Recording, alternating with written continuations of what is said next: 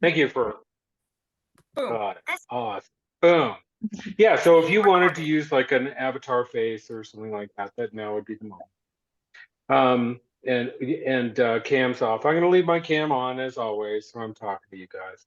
And of course, please use the chat.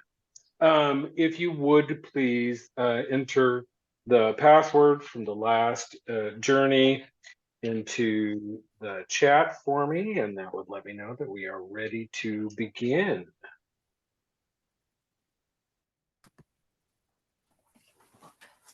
Okay.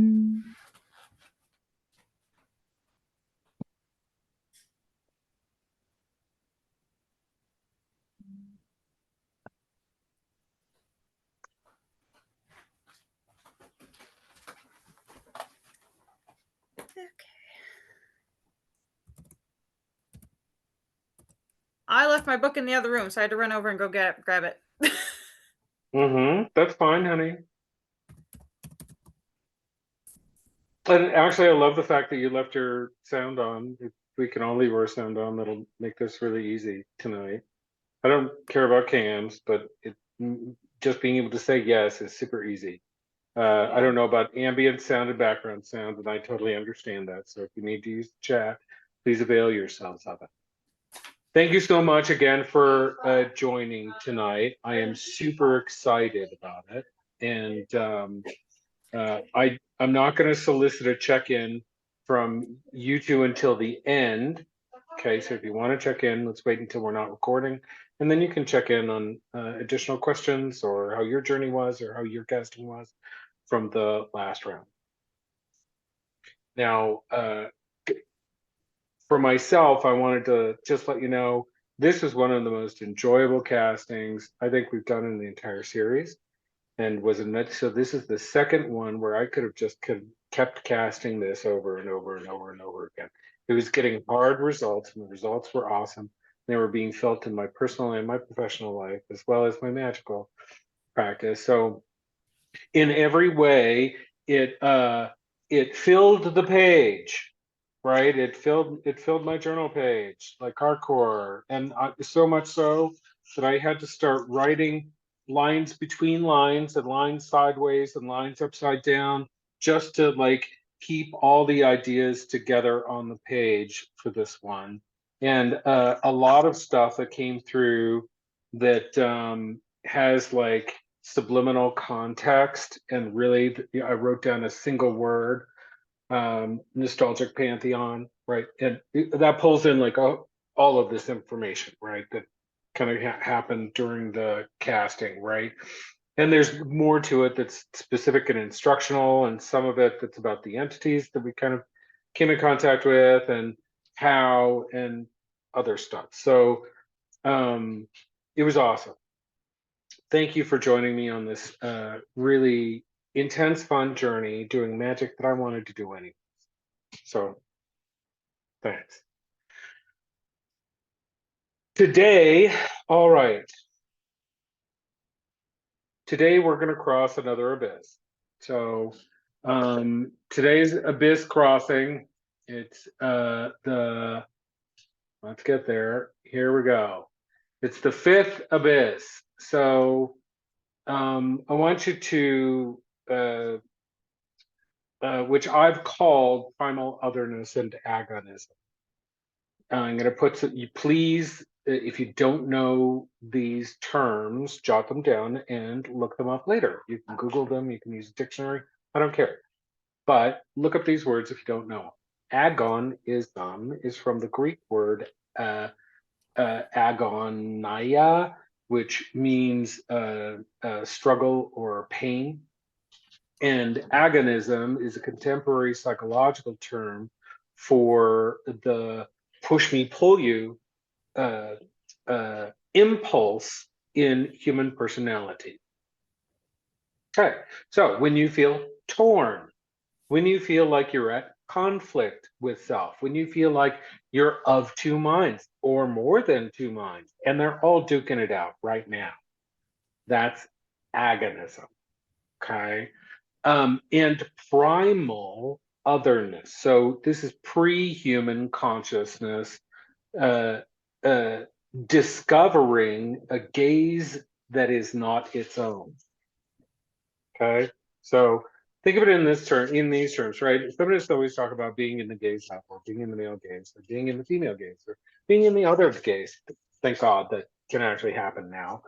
Thank God it's not just a binary universe on both sides of that fence, and we have recognition that the continuum of gender is a true fucking continuum. Anyways, this is that free human lens to recognition of something outside of self, right? So this is when an animal locks eyes with any other animal. That's other, right? And even like sort of, and I'm not talking dogs and cats, they're relatively sophisticated critters. Let's go down to like microbe, insect, germ, the RNA strand of a retrovirus. Yeah, when it recognizes other, either one of two things happens. Always there is agonism, a drive towards and a drive away from. Like we visited this, right?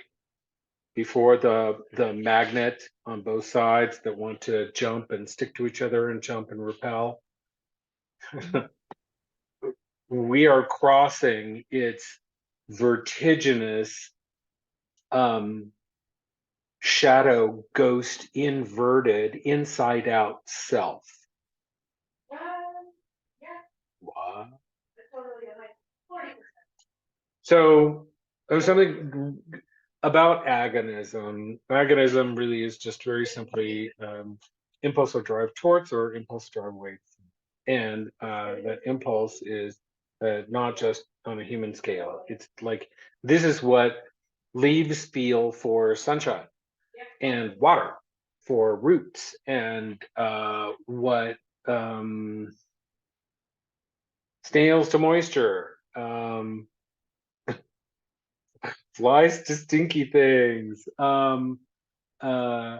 This is the void beckoning to be penetrated by photons, neurons, electrons, muons, quarks.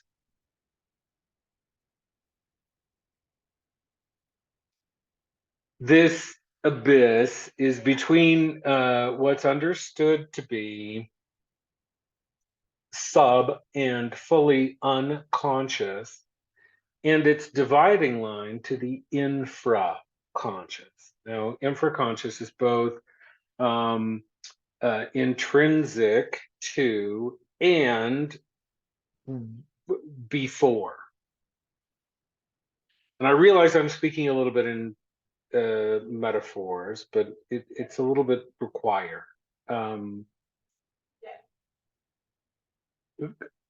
So this abyss, we're going to need a friend to get across, because most magicians and witches, to traverse this in between space, astral travel out of our galaxy and to other stars. So we're going to use the most expeditious way of getting there. We're going to talk to Malkunafet.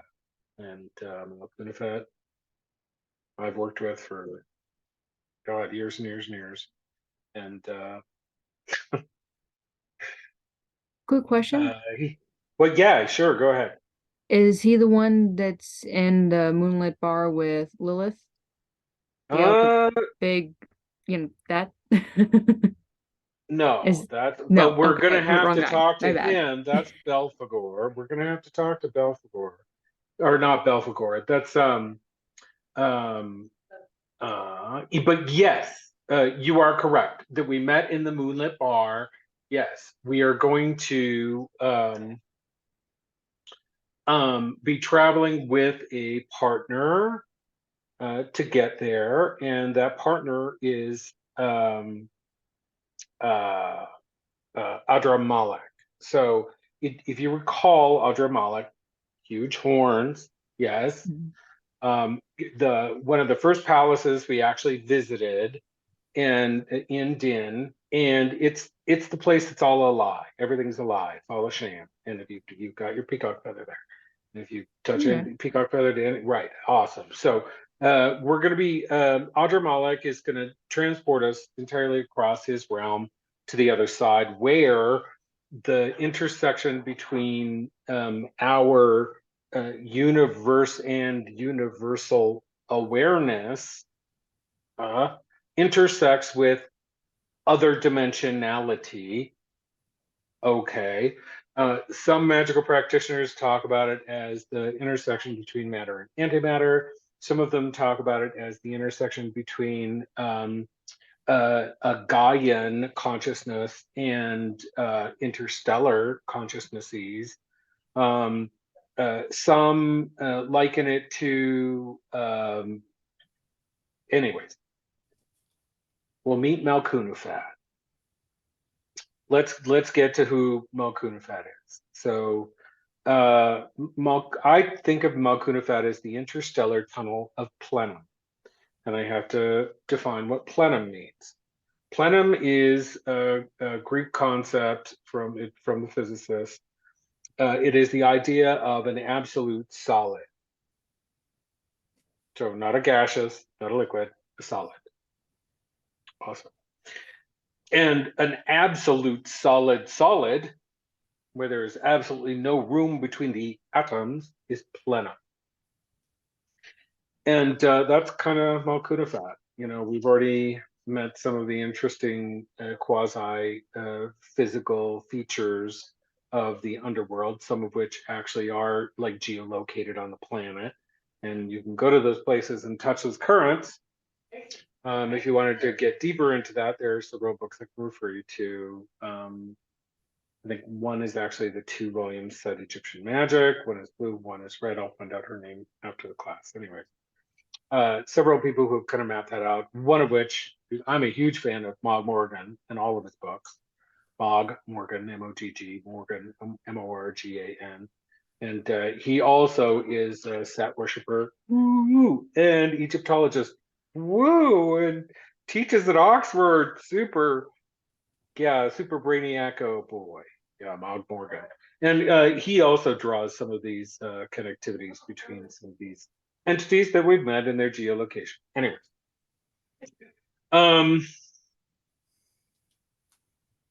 Malkunafat. So it's said that Malkunafat occupies position for the which the magical user, the astral traveler, the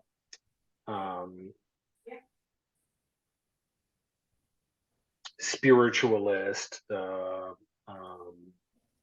deep mystic, that can be used to travel between stars literally. And when I met Malkunafat, it was in some deep working, and I'm going to use this as a metaphoric structure for us to meet Malkunafat and use Malkunafat. And there need to be some agreements before we do this from you two about making sure that you stick to the rules and the protocol. And but essentially, think of it this way: if you could have a giant like crystal tube. Okay, here's a nice piece of crystal, right? Imagine this was, say, the size of the front door of the Metropolitan Museum. So it's that big, right? 1.5 stories tall. You could fit 8 people. You could stack people 8 people wide in the amount of space that it takes up. And I'm going to draw it. I'm going to draw the platform of Malkunafat for you because I couldn't find my magical journal. that contains it, but it looks like a giant stone.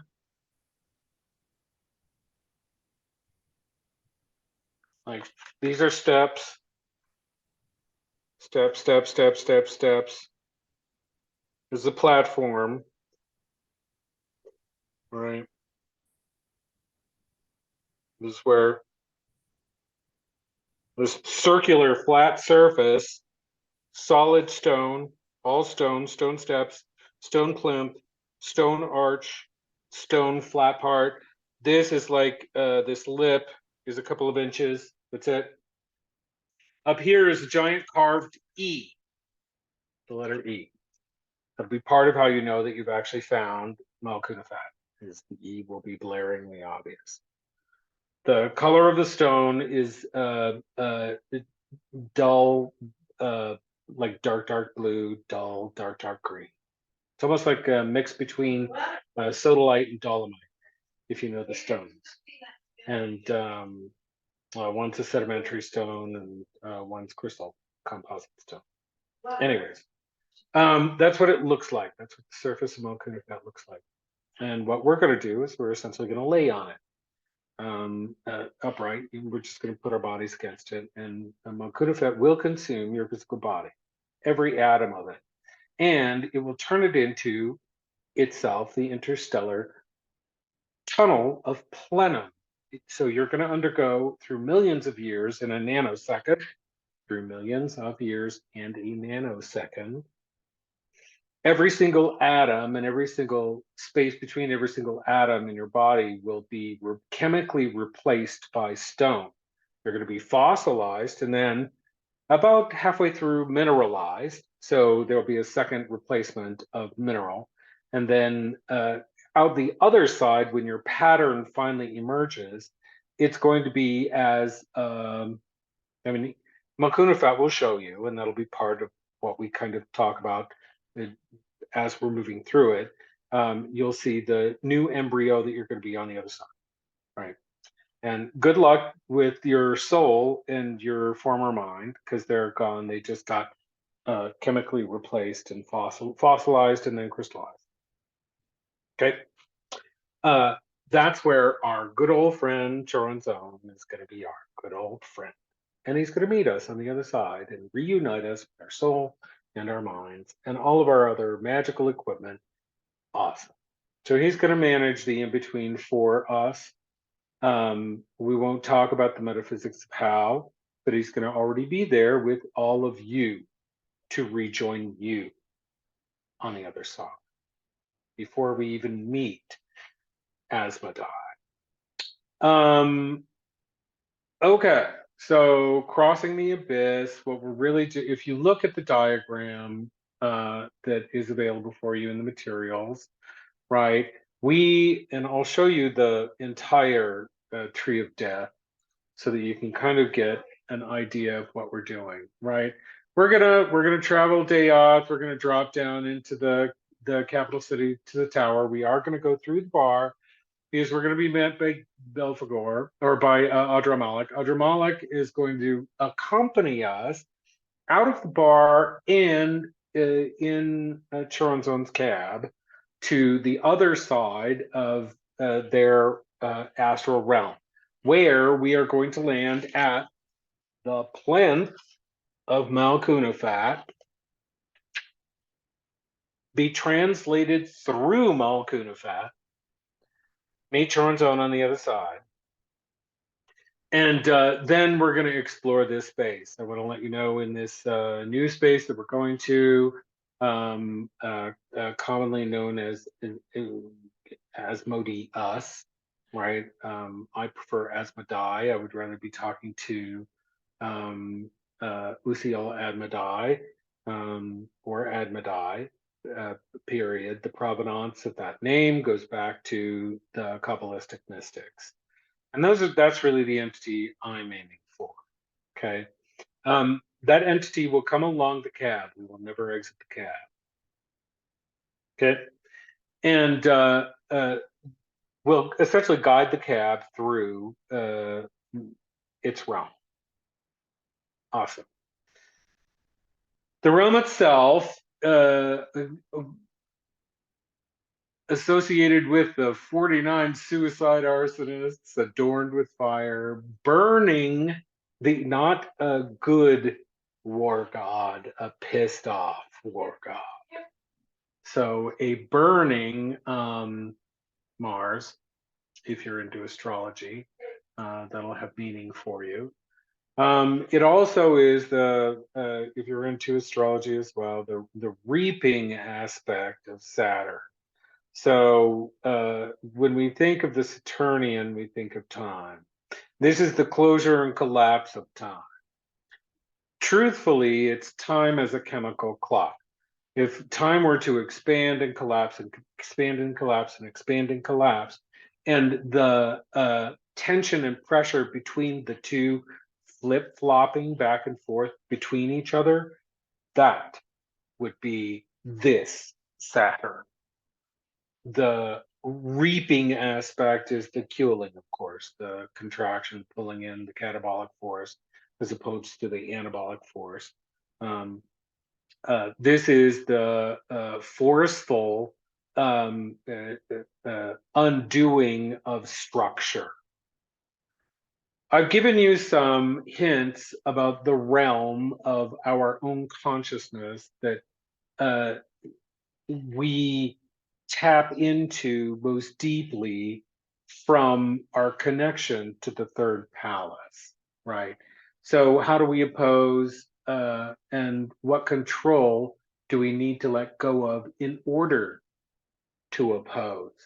How do we destroy community? How do we sabotage our own plans, long and short term, when we're frustrated? How do we distort truth? What truths have we chosen to bury or forget, or scatter or diffuse in order to self-soothe?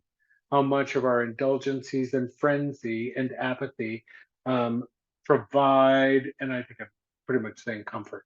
What realm do we travel that are what realms do we travel that are so terrifying and horrifying that we can't even face them? And I'll have an anecdote about that in a second. What parts of us do we choose to never surrender to the more complex parts of self? So to this idea of what are the horrifying things that you just choose never to face, right? I'm going to share with you a dream that I had once. Thank God the entities in this dream were aspects and projections of self, right? But I met like all of these deaths, right? And one of the deaths was a Dr. Giggles, they called it. And he would just giggle endlessly. And he had like white lab coat and the big rubber gloves, and he would just do unnecessary surgery on people. Oh, he did. And it's horrible. And giggling the whole time. And absolutely zero conscience about that being a human life. That he's just chopping up, rearranging so that he can giggle and have fun. And this is a projection of self, right? My fascination and amour with Pinhead from Hellraiser is a projection of self. That these are the self-destructive forces, often called Thanatos by the ancient Greeks, as opposed to Eros, the power that builds up complexity. So the Saturnian reaping, right? It expands, contracts, like a chemical clock, flipping back and forth between these two modes, consuming time as it moves. Time, the reaper, time, Saturn. Saturn return is all about that. It's all about the reaper, the big daddy image, death. In fairy tradition, we call him Arthi, the Arthi. Oof. So his bride is Latissima Muerta for the Mexicans. She's the merciful death. And he is the erotic self-consumption in the absolute. And full surrender to that, which is the essence of Malkunafa. I hope I'm not doing a major flyby for you kids. Anyways, so think of it as, you know, what drives contemptuous action is where we're going, right? Contemptuous action is driven by disguised envy. Envy is absolutely this concept of primal otherness and agonism. So, when I was trying to describe where we were going to Jade, I was like, you know, I'm really tempted to take these kiddos on like there's a Disney ride where you shrink down and you get injected and you shrink down and in this magic uh, whiz bang machine, you're just in a trolley. But the storyline is shrunk down to the size where your microns big, and you can be injected with an hypodermic needle into a person's body, and you can look at all the systems and parts of their immune system. And it's based on a movie called The Fantastic Journey, and where, of course, the immune system gets an idea that this thing is there and tries to attack and kill it, and they have to escape through the tear duct, oddly enough. Anyways, so thought about, you know, doing that because I was like, you know, I have to get my travelers with me to the place where underneath Asmodee's care, we're going to be witnessing the first acts of creation that are also so forest for the weeds that there is no way you can get outside of this magical looking glass to get a view on it, because it is it's the strong nuclear force, it's the weak nuclear force, it's gravity, it's you walk into the room and you look across the room and you lock eyes and you just know that you fucking hate that person or you're going to fuck that person tonight.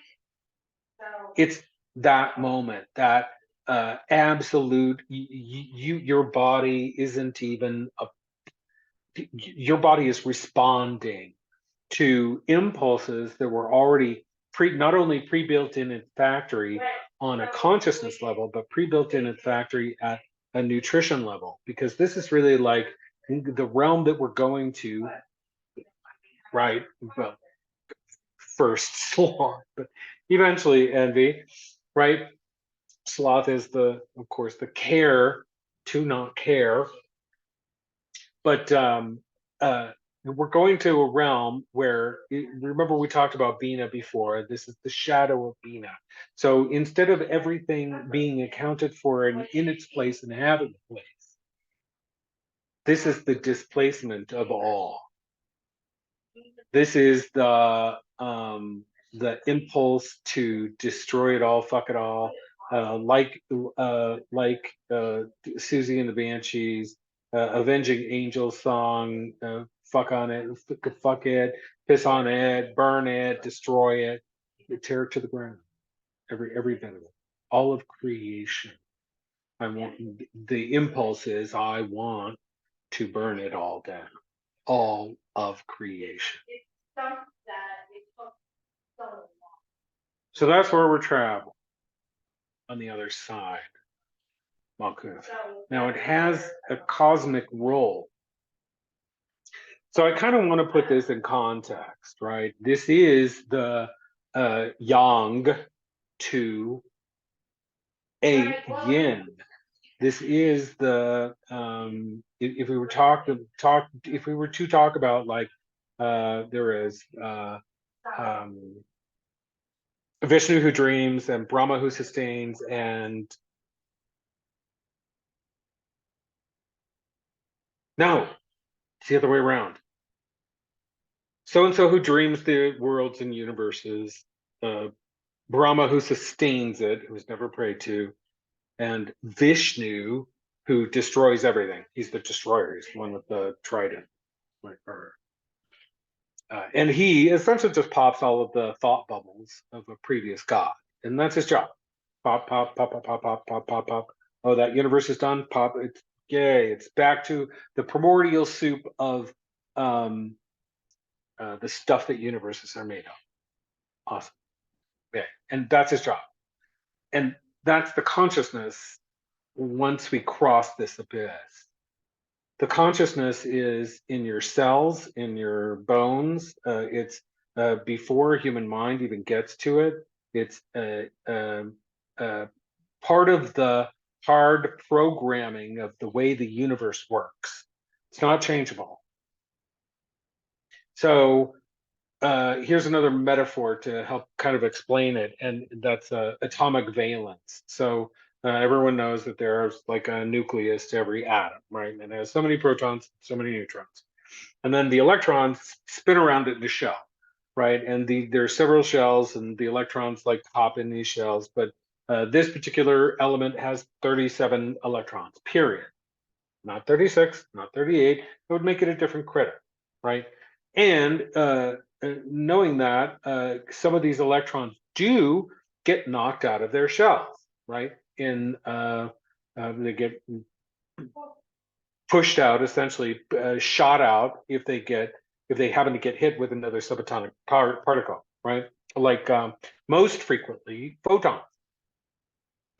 So let's say you bombard an atom with enough photons, you knock a couple of the electrons out of the shell, and that has a negative valence. And the atom knows, I want this number of electrons to be a stable atom. And if I don't get them, I'm going to steal them from the first place I can find them. And it does.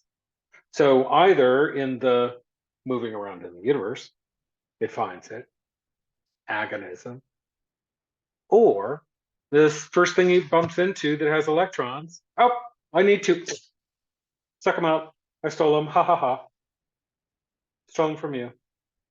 And this is not a conscious thing that atoms are doing. It's a part of the accidental and not accidental and a conscious soup of the universe.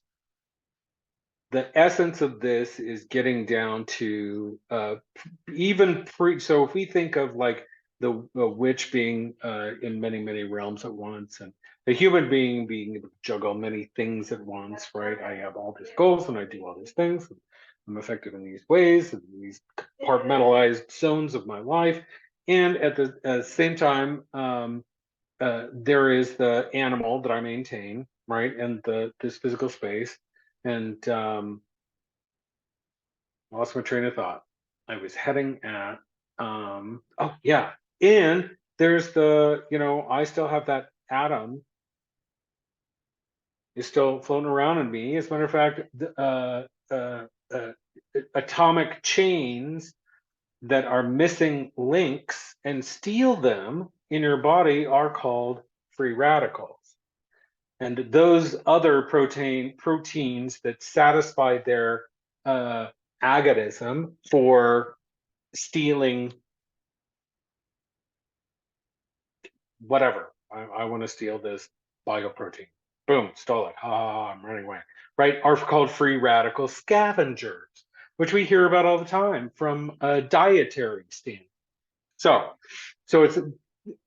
this is programming wired in at all of these levels, going all the way up the tree of life towards higher and higher and larger and greater awareness, and all it's built in all the way down at the lowest sort of factory settings of the universe.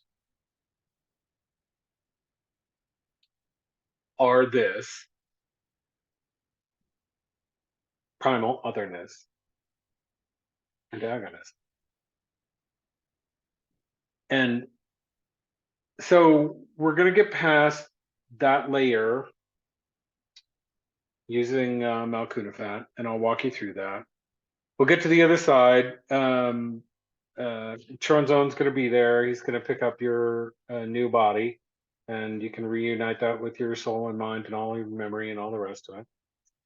And you're going to stay in the cab. We're going to meet Asmodeus. Asmodeus is going to show us around town and what this universal experience has to share with you. And yeah, then we'll come back and we're going to do a 4-line sigil, one for each of the roads into and out of the third palace. Okay.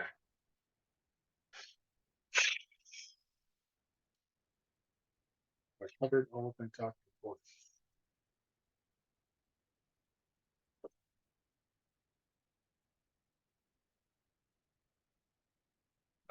If you want to, you can please do take a look at, as always, the tarot correspondences, the inversions. They are all associated in this node, as well as the geniuses, which are well known and well documented, and you can look them up if you like.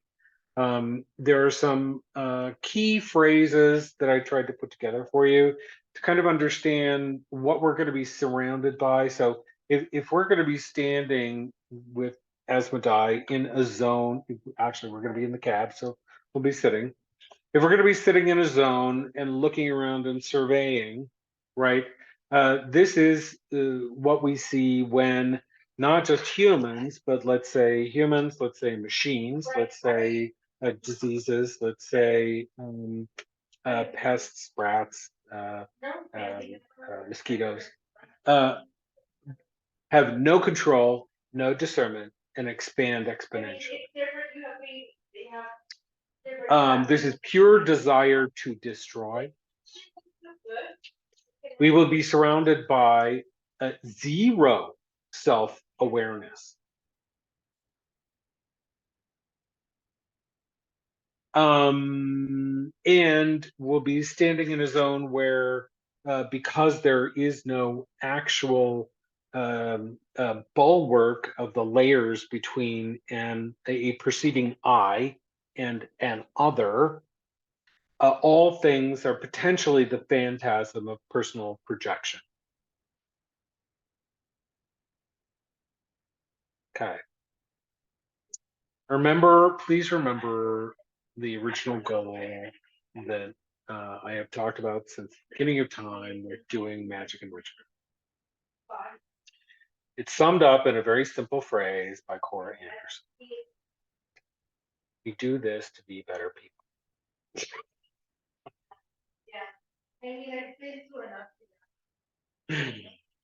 And we do. Even on the graphic, if you note, part of what is believed is, at least in magical circles, it's what's written often. Do I believe it? I don't know. But it's what they write. I think a lot of these are factory presets. Dip switches set at the factory, if you know what a dip switch is in electronics. But the Christian framework that wrapped itself around early practice of the magic as we currently understand it really tried to hang things on this. Like you see the 7 deadly sins are mapped on gluttony, sloth, avarice, envy, blah, blah, blah, blah, blah, right?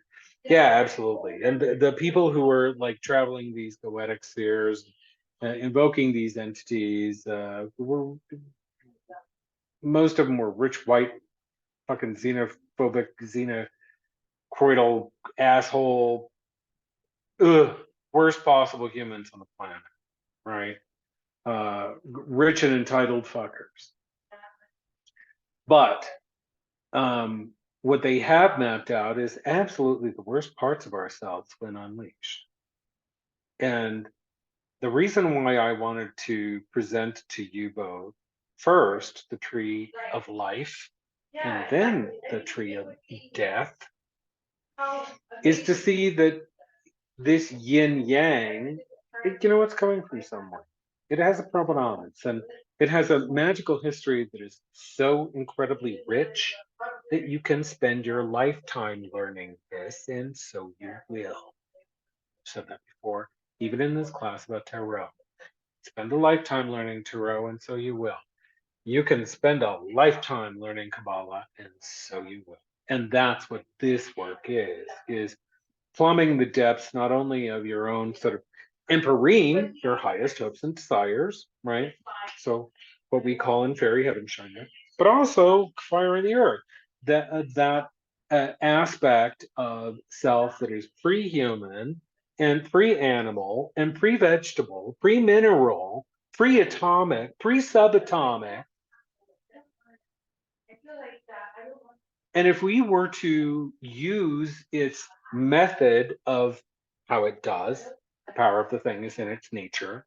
If we were to project that onto here's a human behaving in the world, this is what it would look like. These are the worst parts of self. Part of the reason why I really loved our last set of castings was because what really was being brought for in Belphegor's, in my contact with Belphegor, are all of these sorts of the bulwark of stories that I tell myself that it really comprises my story in the world, right? And it's comforting, it's beautiful, it's delicious. And does it provide any sustenance whatsoever? No, none. And all it does is really help me kind of audit what is. It helps me read state, right? Read state is the thing a PC does every third of a millisecond. It asks itself, where am I? What am I doing? What am I thinking? What am I processing? Right? It's a read state. And you, as a human being, actually have an organ that manages that. It sends out an electronic timing pulse. And that timing pulse coordinates all of the input from every vector. So if you're getting visual stimuli, auditory stimuli, you're eating something or tasting something, olfactory, and your kinesthetic, where am I in space and time, your surface area, all of these are read stating, and all of the impulse or input, informational input, is being coordinated through this electronic pulse that keeps an exact time, right? And it's funny because if you actually get a machine that emulates that same gigahertz pattern, guess what? That's why vacuum cleaners make babies go to sleep. That's why if you want your kid to fall asleep, put them in the back of the car, take them out driving. That's why you put white noise in an infant's bedroom. Pre-programmed at the factory. If we know these presets that are complicated and complication making, right? Because part of dealing with these awesomenesses is dealing also with my own complexities. And in fairy, we talk about a complex being that thing which troubles us. Yes. Awesome. Let's work on that. Sex, pride, self, power, passion. Sex, pride, self, power, passion. Yes, those are the 5 things that trouble us. And if I work on it long enough, I'll get to Pearl. If everyone else does too. Good luck to us. And so this is the buck stops here. This is the pushing wall in swimming. You know, you get to the other side of the pool and you have to push off with something. So you flip and you push off. It's a pushing wall. It's a thing that does not change. The presets of the universe that we push against in our rise towards the Luciferian current. Awareness, light, yes, turn on the lights, illuminate this room, illuminate this object, which is my own self-conscious mind, body, spiritual being, all of it, right? So we are getting to the place where we're looking at the timing belt, the timing pulse of the universe and universal consciousness. Okay. Did you clock that? Clock that. How does the brain work of the universe? What is the timing pulse that coordinates all input and info? Yeah. Tick-tock, chemical clock, expansion and contraction. This is I'm seeing the same pattern from every perspective and at every scale, the same pattern. Why? Because it's a projection of my own internal programming. What's the common element in my own problem? Me. Okay. So that's the zone we're going to. This is the zone where complexes form, right? And the complex can be, okay, well, this primordial soup chain needs another carbon, and then it's something amazing. Yeah, awesome. So it goes looking for the carbon atom, but never looking.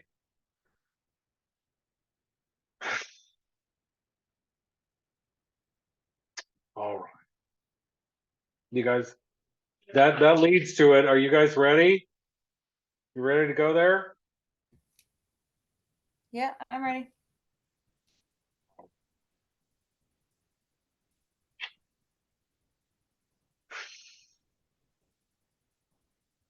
Sit back in your chair.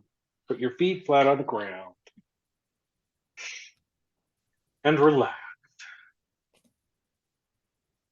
If you want to close your eyes for this journey, you certainly can, though it is not required. And I will not be closing mine. Which should always be able to be in many places at once.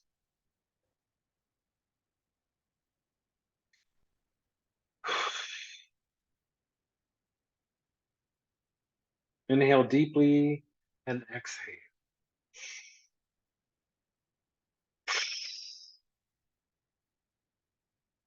And I know this is going to be stupid, but go ah. Ah. You can mute, but do the ah. Make the chest vibrate. Ah. Let go of your belly. Don't hold your belly in. Relax your inner thigh. Rotate your thighs slightly inward. Get your feet to track parallel forward so they sit for a longer period of time. If you have your legs crossed, uncross them. Sit in your coccyx, which are the sits bones. And if you can, lift out of your chair. We're using your own back to hold yourself up.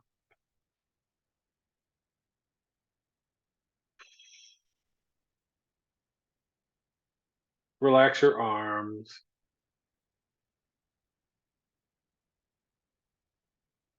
Ooh. If you want to put something over your head, think about it now and take a moment to do it. I am, as a matter of fact, I have a stone capra from Egypt on my third eye. I have my awesome Christian Death, a band I love, beanie on to cover my pate and keep me protected. So allow yourself to take a moment if you want to cover your head. Please do. The rest of us will breathe in. Oh, and let go of expectation, doubt, fear. Let go of on your exhale.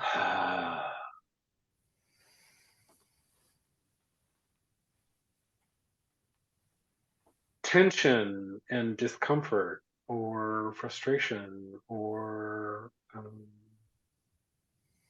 go for everything. I want you both floating, just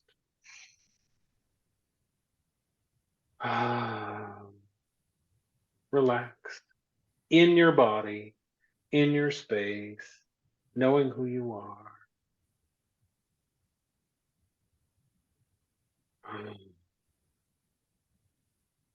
In fact, say your name, don't mute yourselves, and say to yourself your own full name.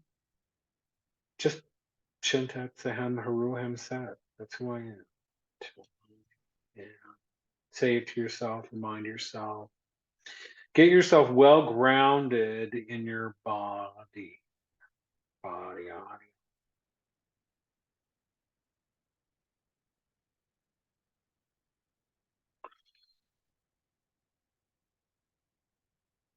And just like all other trips, where we've gone into Daya, the Babadam is going to bring down elevator behind us where we're sitting. And astrally we will stand, go into the elevator, and he'll take us to the beautiful sky bridge. So when your doors open, When you're a sky bridge and you're walking across, say yes.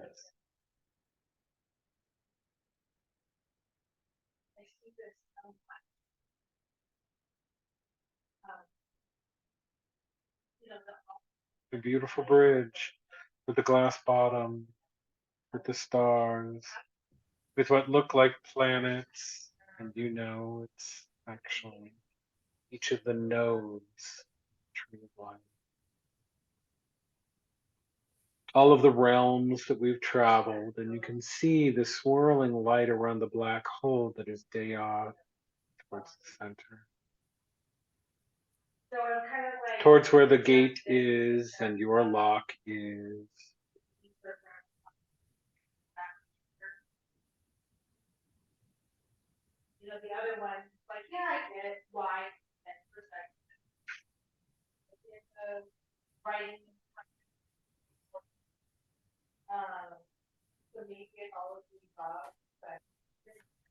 And when you're at your lock, say yes.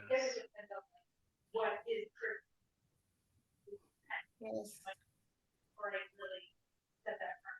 Yes.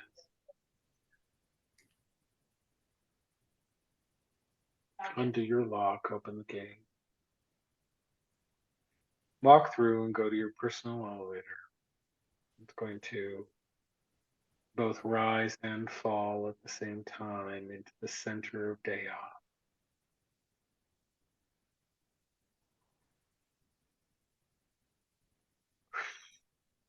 And when you've stepped inside and you've pressed the button, say yes.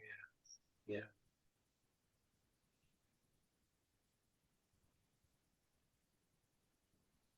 And feel as both gravity repels and pulls you, and you get heavier and heavier. Recall, of course, your coin. And take your coin out of your magical space where it waits for just this need. Let it materialize in your hand and place it on your body. Your coin that will make you a normal weight and movement effortless in this place.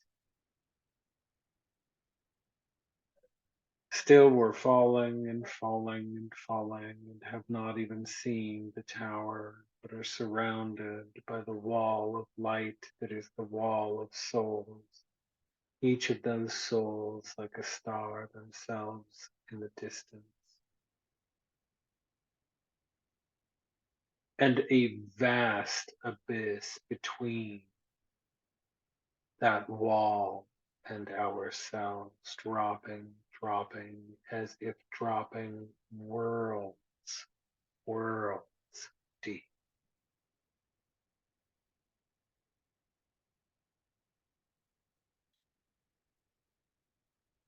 And somehow feeling as if we are upside down and rising towards our feet. You can see out of the bottom of your elevator, and you can see in the great distance the black town.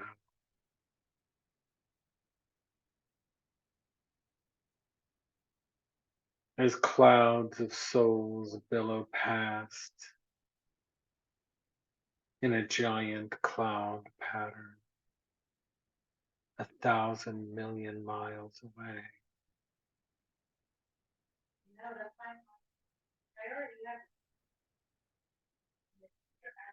And when your elevator lands on the roof of the black tower, say yes.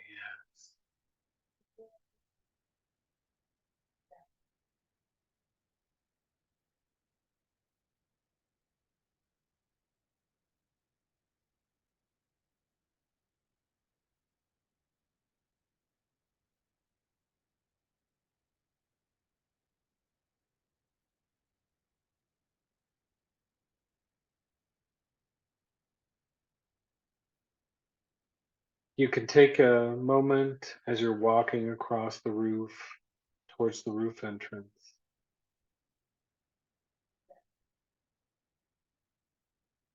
to look around and look down. over the top, over the rail, over the observation glass, at the black tower in all its height. And see that there are black and red clouds between you and the ground, and layers and layers and layers of traffic through the air to and from the black tower. Open the roof door and walk down the stairs to the observation deck and over to the speed elevators. We're going to go straight to the bottom and we're going to bypass the Akashic record, the library. And when you push the button for the ground floor, say yes.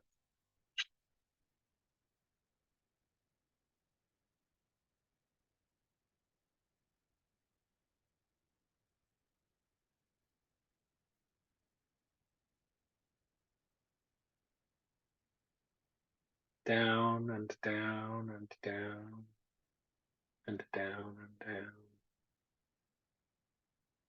Faster and faster. And then slower.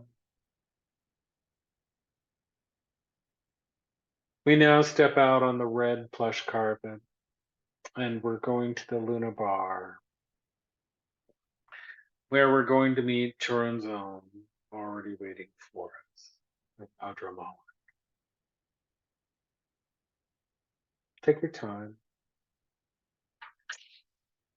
When you get there and you slide into a table with the rest of us, say yes.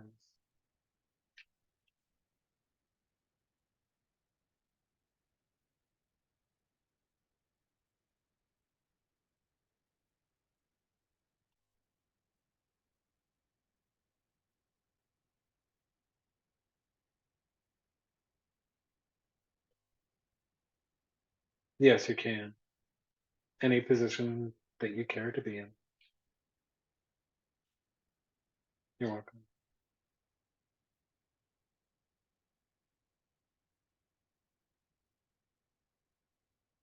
Great Choronzon. These are, as of now, old friends. Adramal.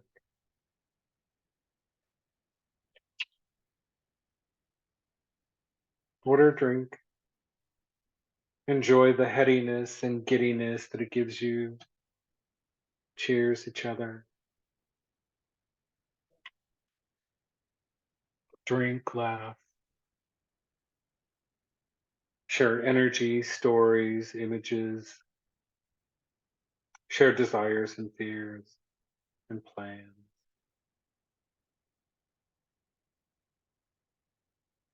And when we're all ready, say yes.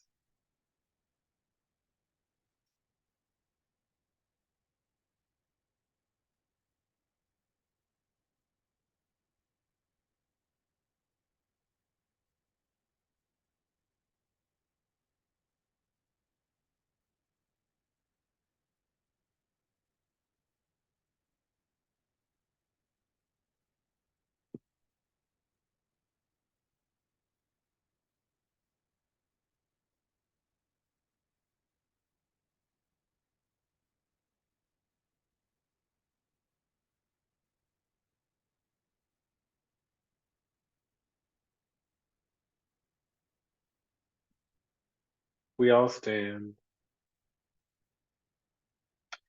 And we turn to the right and step out of the booth and go to the back bar.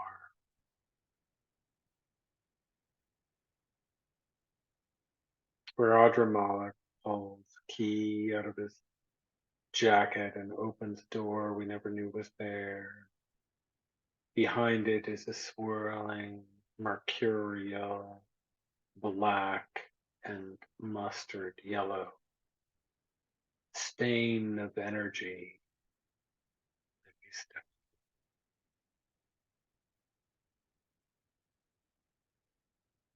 And on the other side of that, and when you're standing on the paving stones, the yellow paving stones that never were finished, cracked and broken. So, yes. I guess, okay, I don't have to pick it. These are just that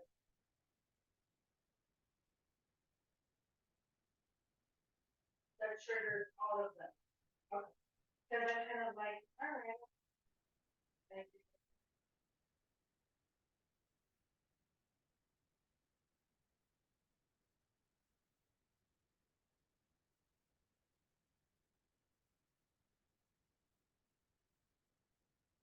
Above us is a swirling and scorching mercurial force. Thought both sped up and slowed down in a storm of wind that circles and circles. But Choronzone's cad is right there. Beyond us is an expanse of blackness and sickly yellow. A color that feels both like vomit and organic, like earwax and sulfurous and noxious. So I'm like, Below us is I was like standing broken paving stones and a road that goes miles and miles and miles of ruins and ruins and ruins upon ruins. Right.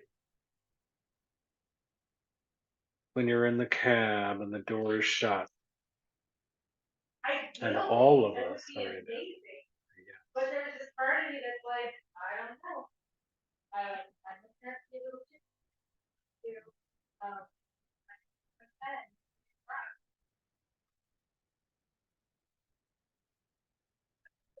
I would take the work sometimes. Right. Choronzone drives.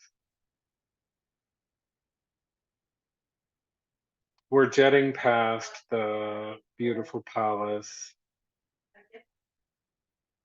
this yellow spire. We're past the black scintillating sun,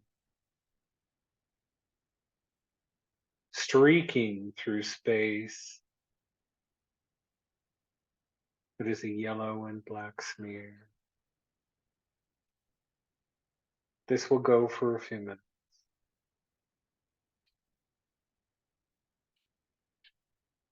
So we can relax, sit back in the cab, identify your parts. There is the gas mask that you've had to use. There is the, which you can still use if you want it. There's no need. You're safe in the cab. But if you want to, you can. There's your peacock feather. Make sure it's against your skin. Your coin is still there. Adra Malik is speaking. You can either choose to listen and hear the background noise and pre-conscious thought of humanity streaming through his language, or you can tune it out. Either way, he is going to accompany us all the way across this room.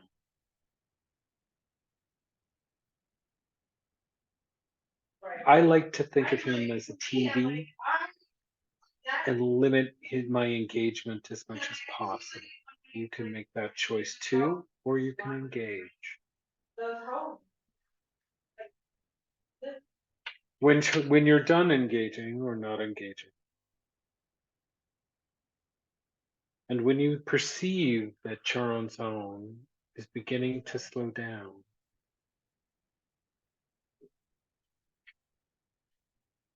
say yes.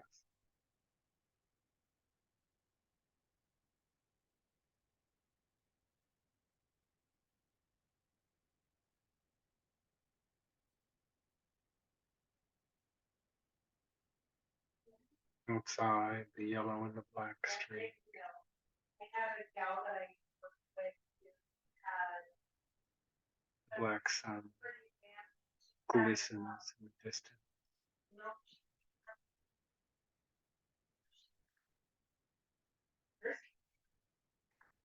Chorn zone slows the cab. As you come upon what looks like sunset in this world.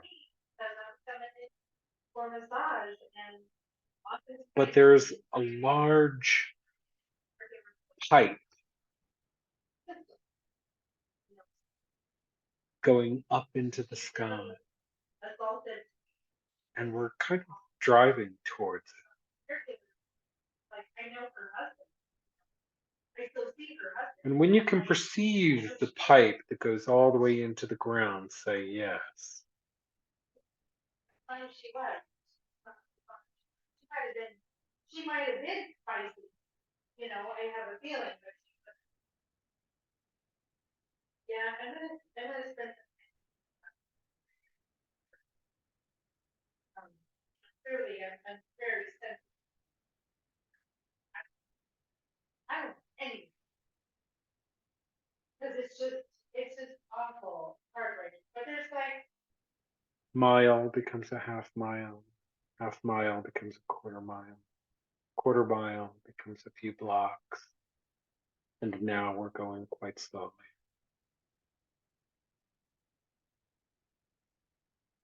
The pipe that you perceived going into the sky is Malkuno fat, a stone tube. yeah.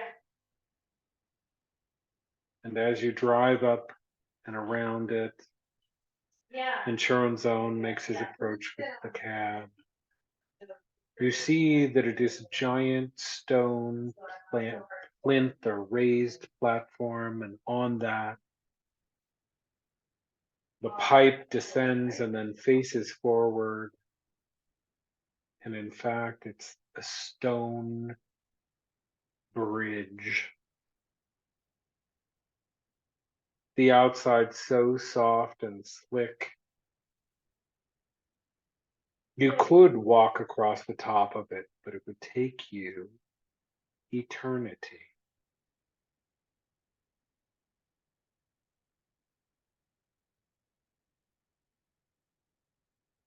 And the platform and the bridge, the pipe, the tube is solid stone, solid rock.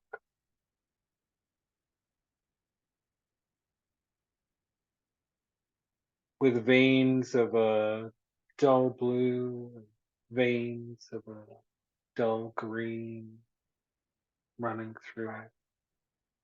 I feel it. And now you can see it closely, and you can see how many stairs there are. There are 4 flights of stairs.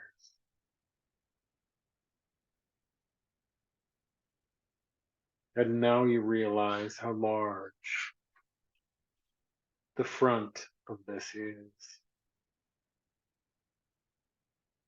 Must be 10 stories tall.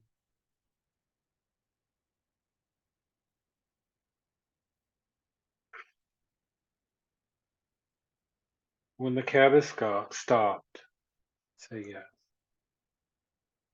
Yeah, gotcha.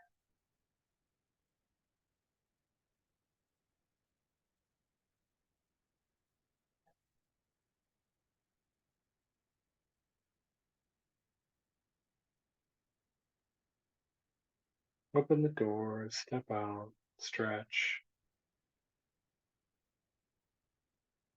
Elder Moloch stays in the car. Choronzon exits. And Choronzon will lead you up the stairs.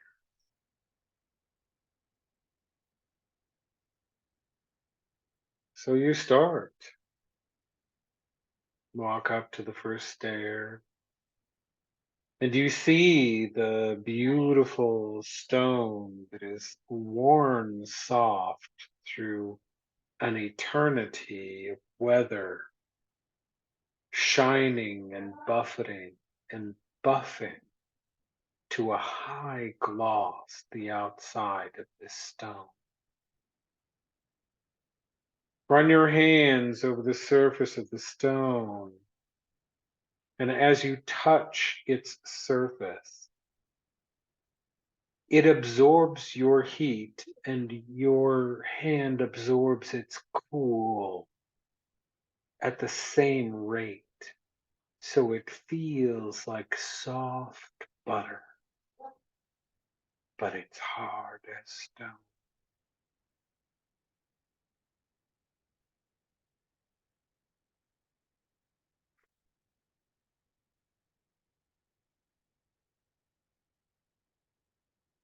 Someone was thoughtful and carved a handrail in both sides of the stairwell, so you can pick a side, and there is carved into the stone a handhold, so you can walk up the steps and start your flights of stairs.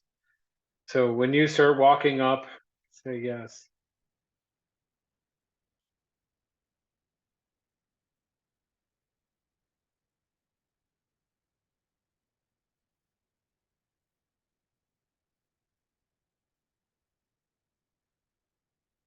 Far, far, far above us is the glistening, druzy, scintillating black sun. Yeah. The feel of the stone under my hands, it almost vibrates That's so cool. as I slide my skin across it.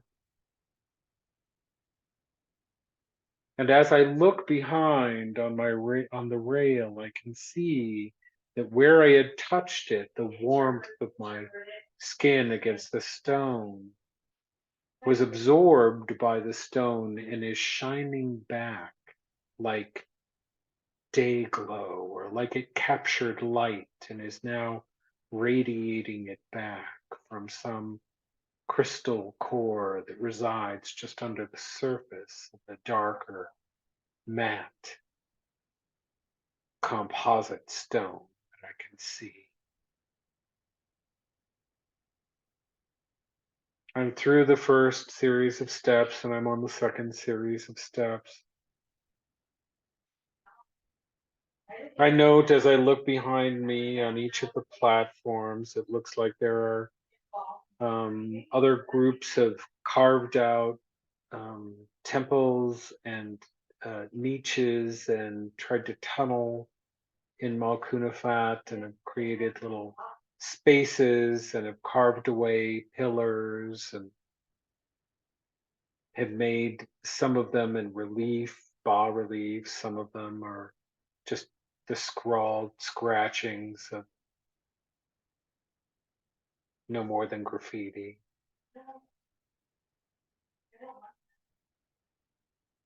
I'm on the third set of stairs.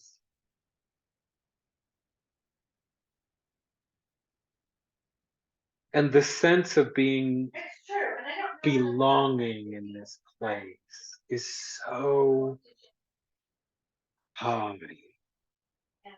There's a lot of a sense of belonging. There's a lot of a sense that I can just touch this, the beautiful, hard, cold, and yet warm surface, this buttery stone. I could just, if there were a niche that fit my body, I would step into it and relax. As you start feeling this very desire and sensation, say yes.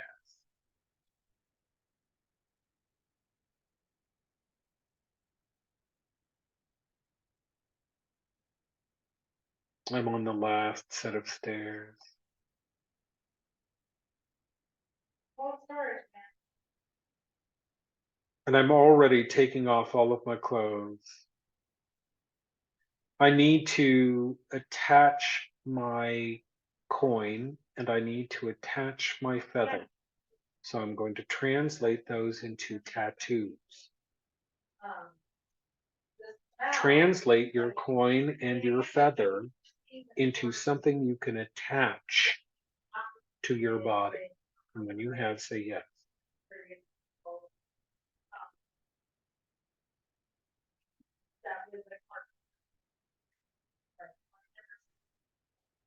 I have all my clothes off. My bare feet are on the surface of Malkuth Fat. And I look up at this beautiful round doorway that is just solid rock. And I'm so excited at the possibility of the journey. And it feels sensual and beautiful. And like a completion of some kind that my body already remembers.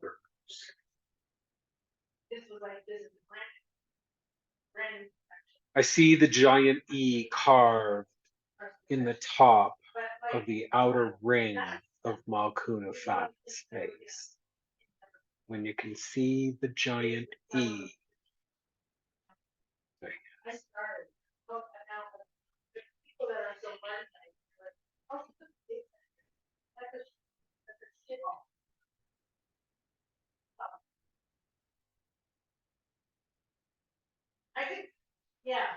You can walk up alone or you can walk up with everyone else.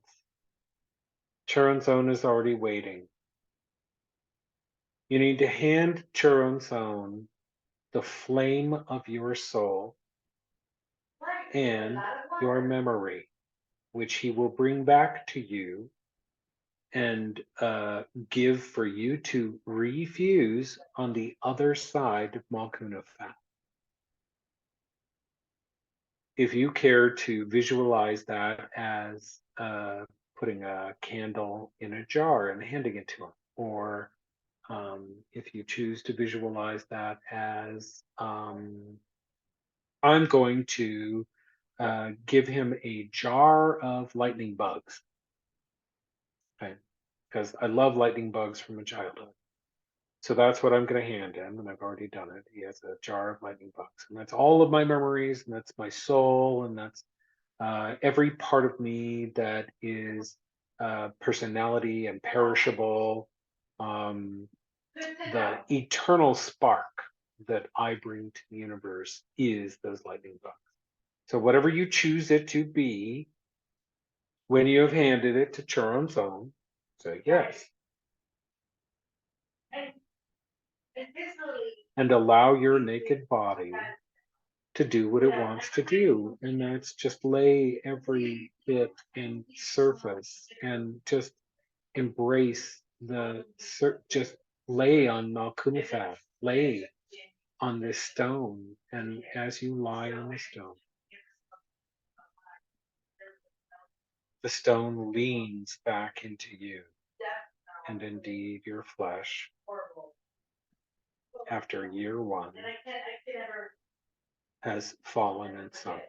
After year two, is empty and mere leather and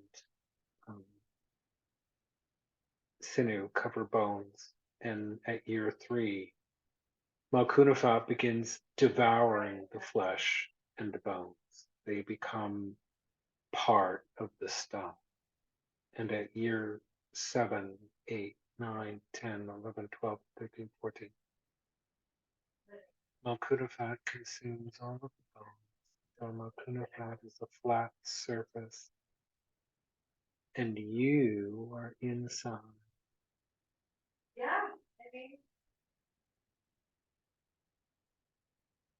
Completely embraced.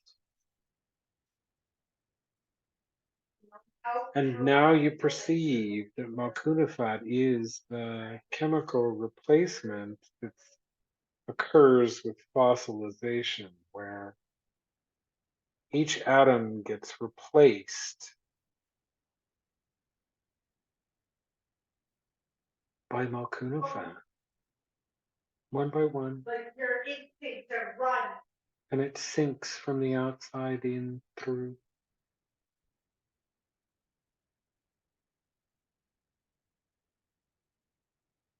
You're at a year, I don't know, who knows? We're probably in the thousands now. Let's say we're in year 3000. We have just crossed the threshold. We are just now fully inside Malkunafat. And Malkunafat has healed the outside to a flat surface again. And we are becoming stone.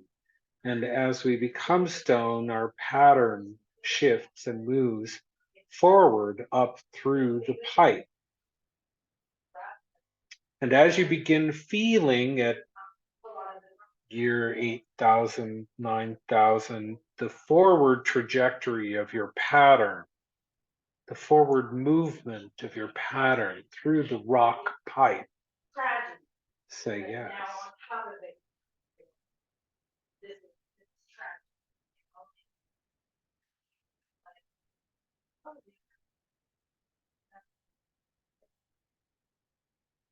What does that do to the body? But you have to kind of just what you have there. There is no desire.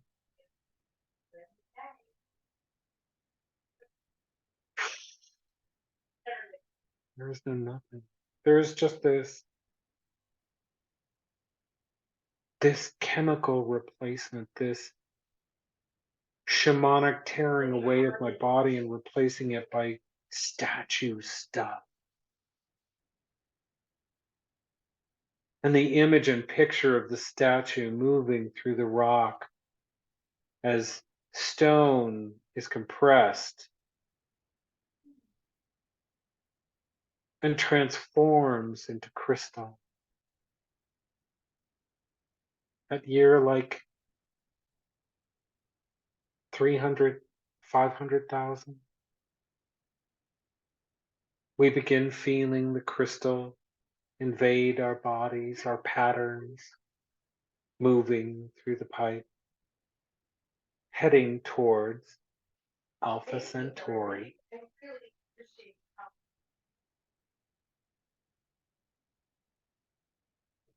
And as you feel the crystal begin encroaching on your pattern and infiltrating your statue and becoming a part of you, note what color it is.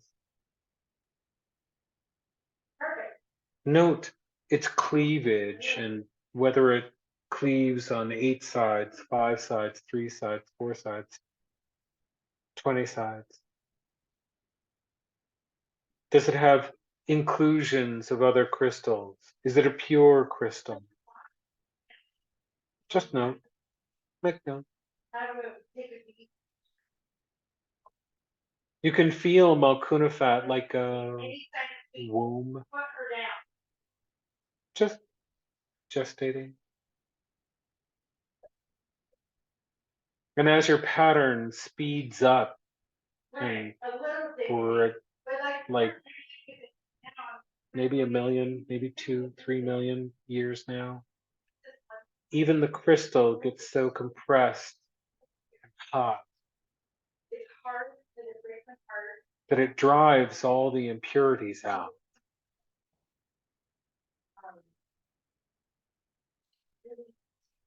And your pattern becomes like a diamond.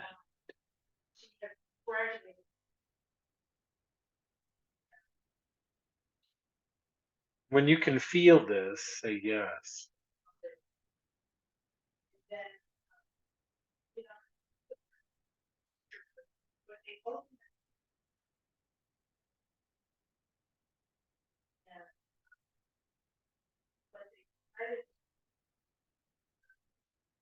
Millions and millions and millions and millions and millions and millions and trillions and gagillions of years.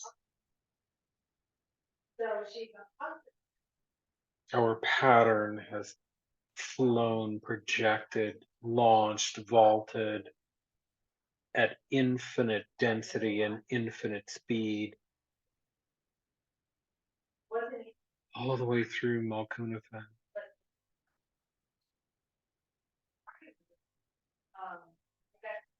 They are so not what once we understood. We're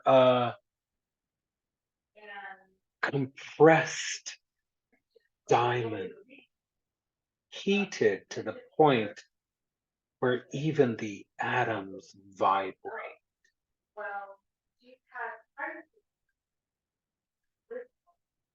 in absolute darkness. And the vibration we know is like a pulsar or a quasar or some other star thing that exists in some scientist's fevered imagination and just blasts out wave upon wave upon wave of vibration, like a pulse. And when you feel the pulse that you yourself and your pattern is amplifying and projecting, So what they did end up getting for antibiotics and like college, but then just started. Right, so they did. So I'm like, no, when I go see her Thursday, when I go see her on Thursday, she'll have to.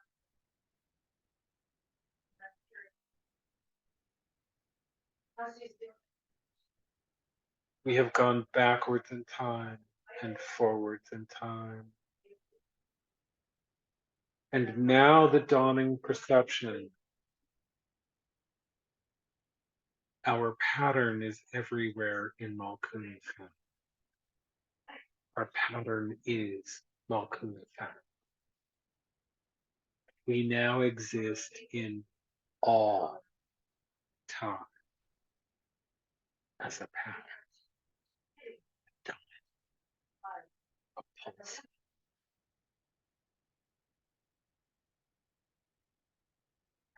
A force with so much power and passion compressed into so dense a space of raw physical form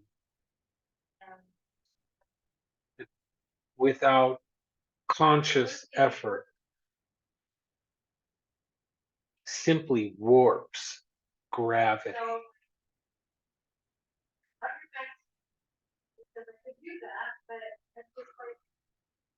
And that's when Malkunafat shows you the embryo of the new body you will emerge as on the other side.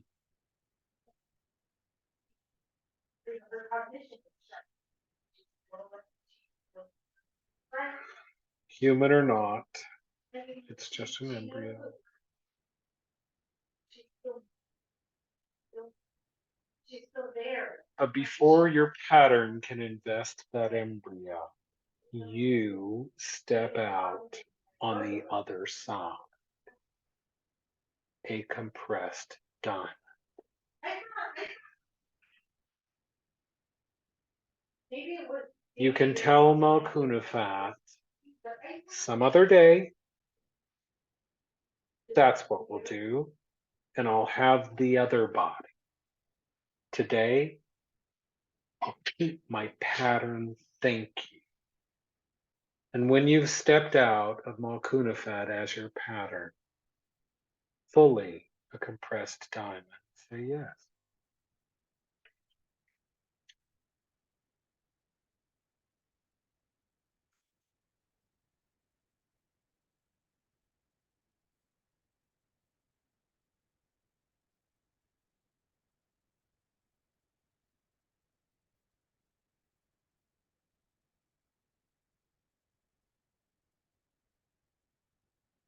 There is Tron's zone. is already handing you back that which you entrusted in. Your soul, your memory, your personality, you. I take my jar of lightning bug. Right, the last person I know. And just like Malkunafat took me into herself, Friend. I take them into me. What's the- And it's almost like the lightning bugs just become light in me. How do you do that? This is awesome.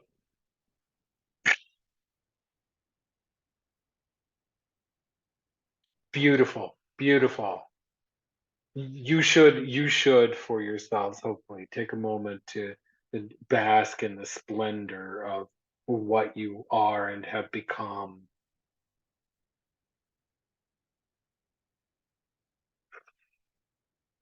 A soul in a celestial body. Allow Charanthone to lead you to the cab. It's almost like you're going to step off of the stone of Malkunafat and suddenly be in space, and he will guide you to the cab. When you have full possession of your mind, your body pattern, and soul, all fused into one, along with still perceivable your coin, and which are now patterns on my back in diamond and your feather. When you're in the cab again, say yes. And it goes.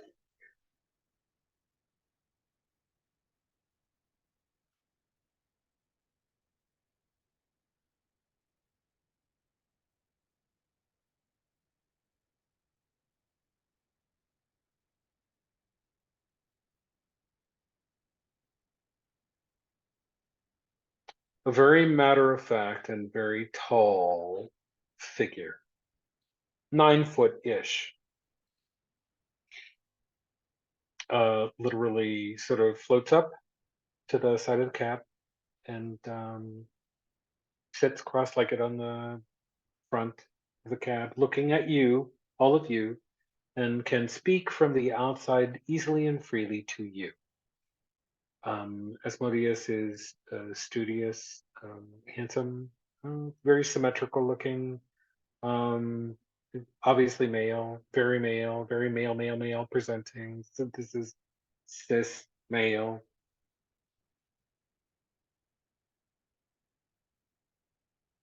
And masculine and projective in a strong, aggressive, um, intrusive, penetrative way that also undoes everything that it touches, except for the cat. Not you. Asmodee, when you make eye contact, you feel both an instant and absolute no and an instant and absolute yes.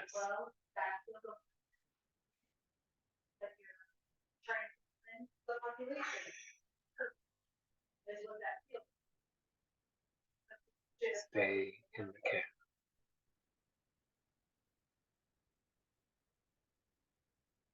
Asmodeus, when he is turned around and is no longer interrogating you and you are no longer trapped in him, say yes.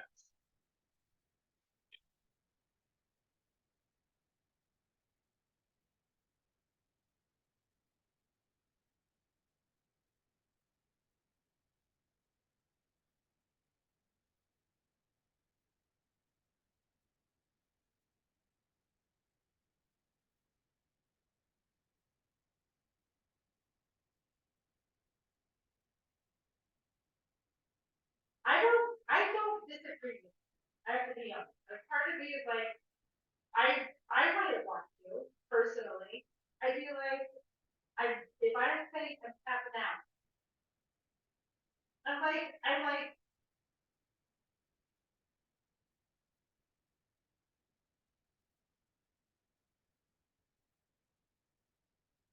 Right. But I'm like, I also get that. I get that. I was like, yeah, I can see these things.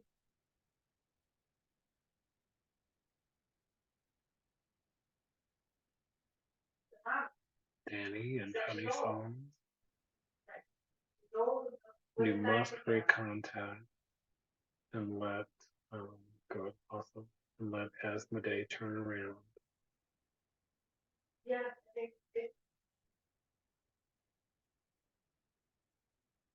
Good. thanks. Asmodee takes us to his palace, which takes no time, no effort, and no energy. We are just there.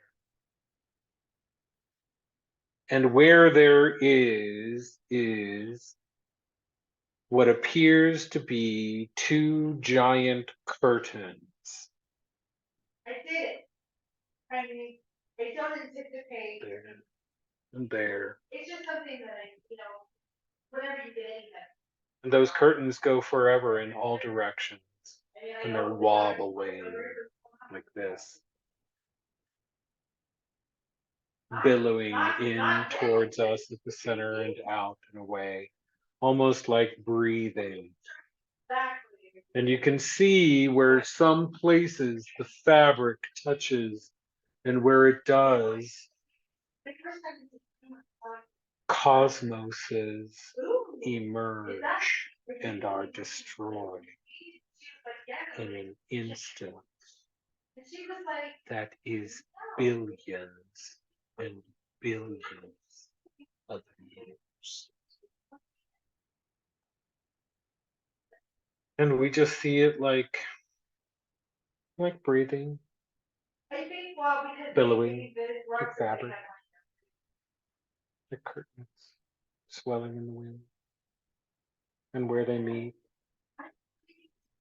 everything, gases, worlds, I would love to see the black holes, billions of galaxies burst into being and then the picture. burst out of being. I mean, I was like,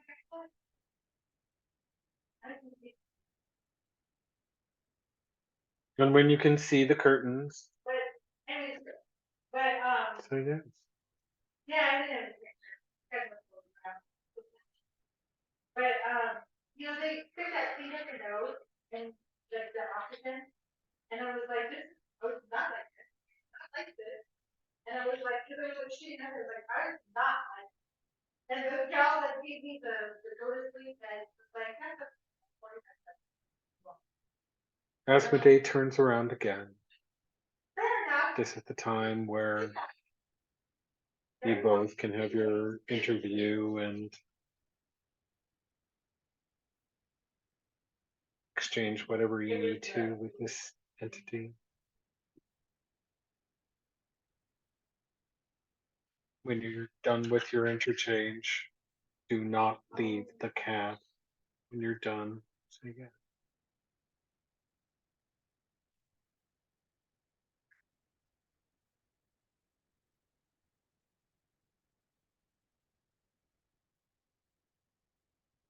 I was down with this. It was one of those moments in my head. Stop. Shit.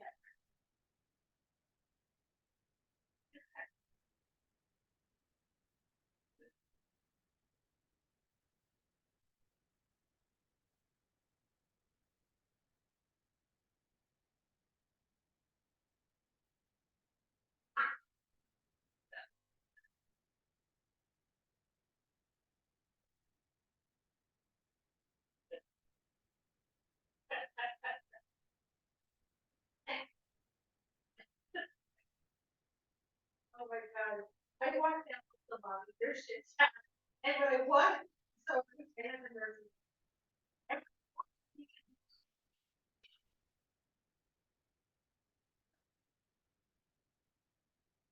Giggled. I was like, so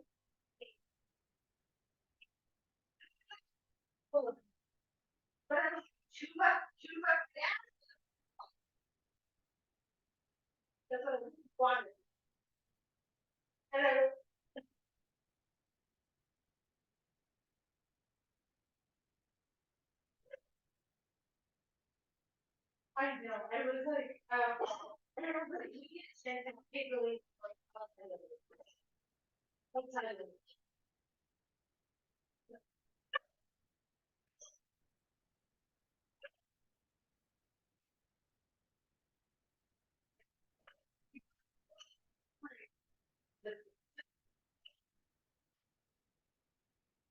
To the comment.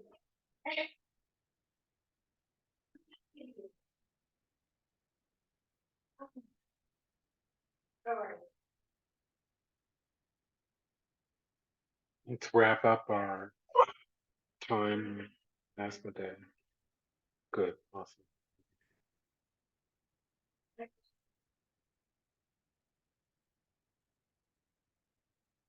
Instantly, the sheets are gone. Asmodee is leaving. I think so. I actually have. Thank Asmodee. We might have. Already had Tronzone has our cab back both. at the exit of Malkunafat.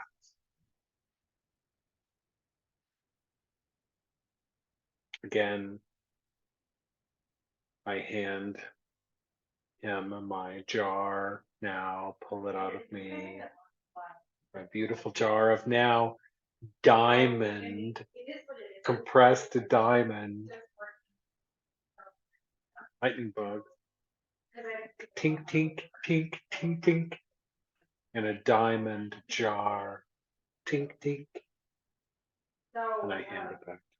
And might as well pay him now, so I perceive an ability to remove 9 stones that are a part of me. And I hand them 1, 2, 3, 4. No.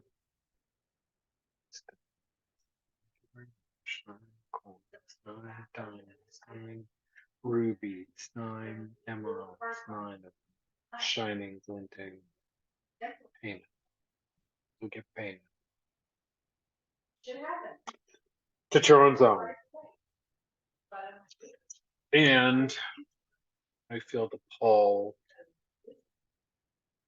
the stone, all kinds of singing, diamond in the blackness.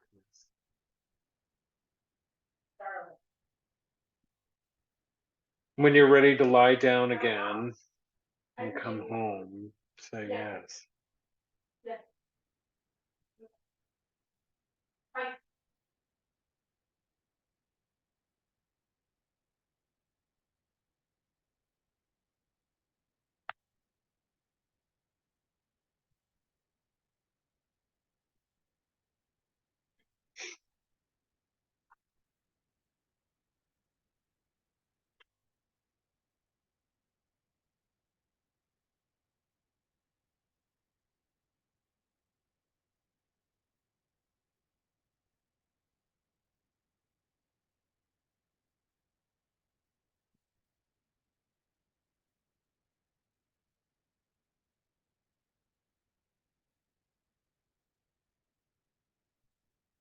Lie down again on the stone.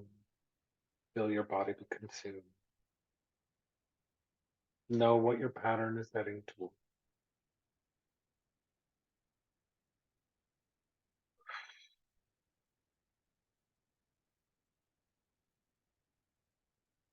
And begin. There's no speeding this process up. There's only this process.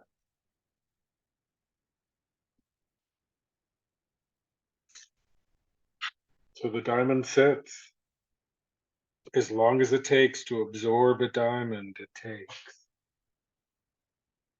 But Malkunafan absorbs you and you feel your pattern move. And you know this is time collapse expanding opposite the way it did. Kind of feels forever, kind of is an instant, kind of is outside of time. what is the essence and nature of time, and you feel the pulse. And when you again feel your own pulse, the pulse of your pattern into the universe, like a signal. Yes.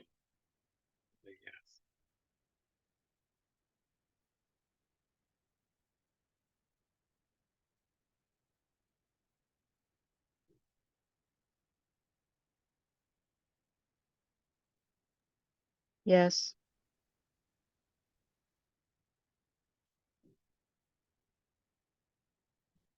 Lean into it like you would lean into a heartbeat.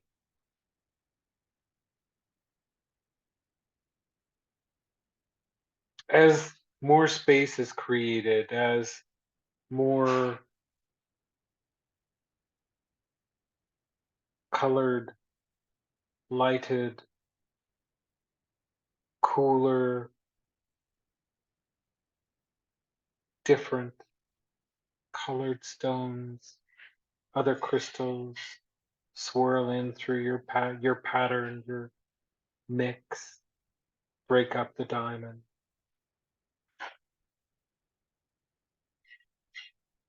And this is where sometimes your pattern may come across other patterns, other crystallized, fossilized patterns.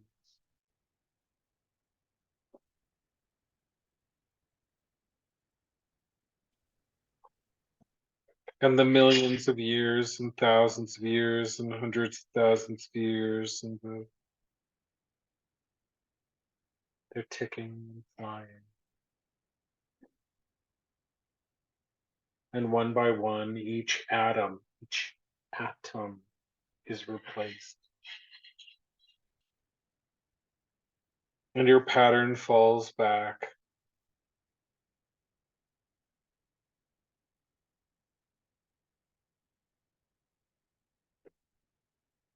Falls back down.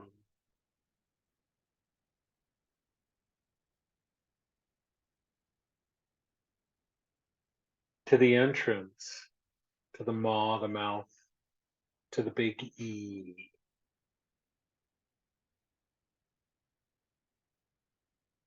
We're only a few thousand years away from the E now. Well, mostly rock.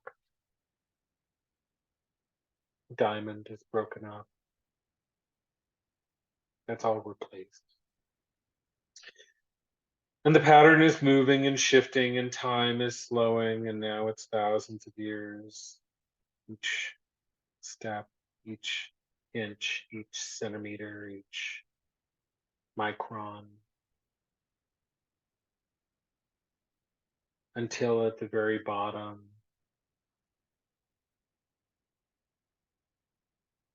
you get to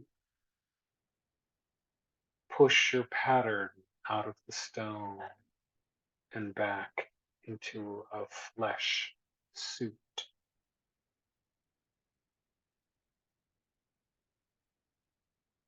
And when you're ready to make that transition back into body, say yes.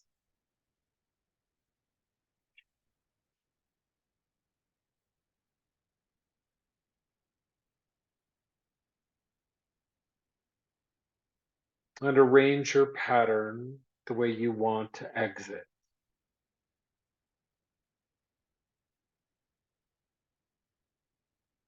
I want my face to emerge first into my flesh suit. Almost like rising out of a pool, being pushed out of Malkuna fat. And atoms fly in and replace the stone with flesh again, and Chironzon is waiting there, and I can see him holding my soul.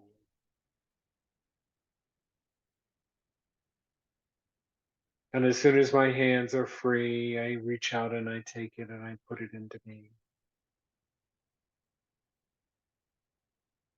As soon as you see him, as soon as you see that, grab it, pull it into you as you're emerging.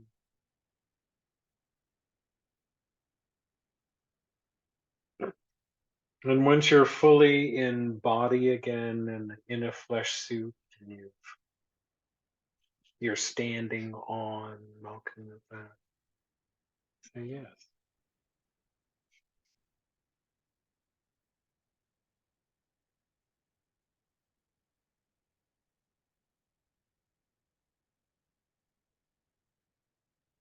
We could start down the stairs, grab our clothes, they're still there.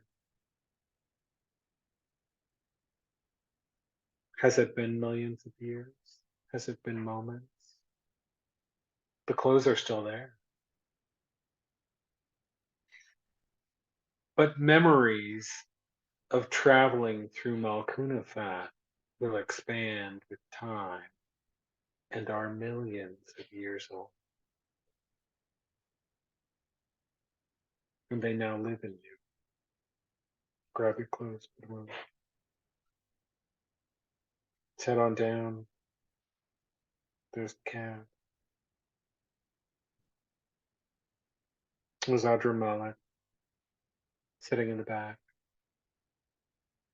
I'm gonna stuff him on the TV again. When you're in the cab and Audra Mullet is going, doing, say yes.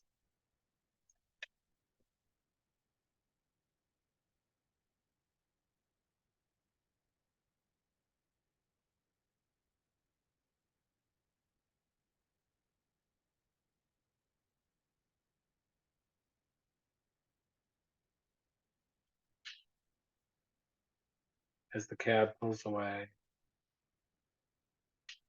Look at the E. See the big giant E at the top. See the round front face of Malkunafat. The beautiful platform of stone, solid rock rising into the sky. And we're zooming away already in the cab, zooming, faster and faster and faster. Yellow and black streaks all around the cab. And Audra Mellick is somehow beautiful and exquisite and sexy and horny and at the same time a blathering, irritating TV screen.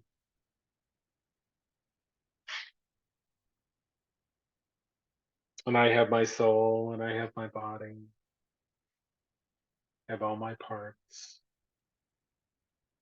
And now is the moment where we're going to do a little special sort of something and call all of our parts back from every place that we left them ever in our lives by saying our name. Shen Tat, say your. And once you've said your name and you've called yourself back, say yes.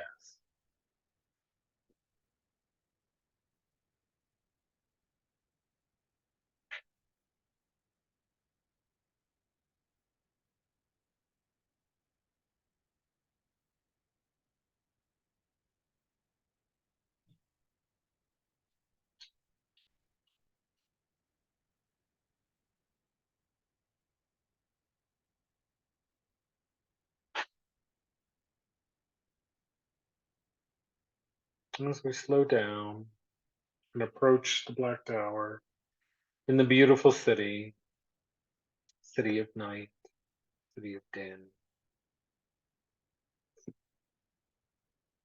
we see that it's raining,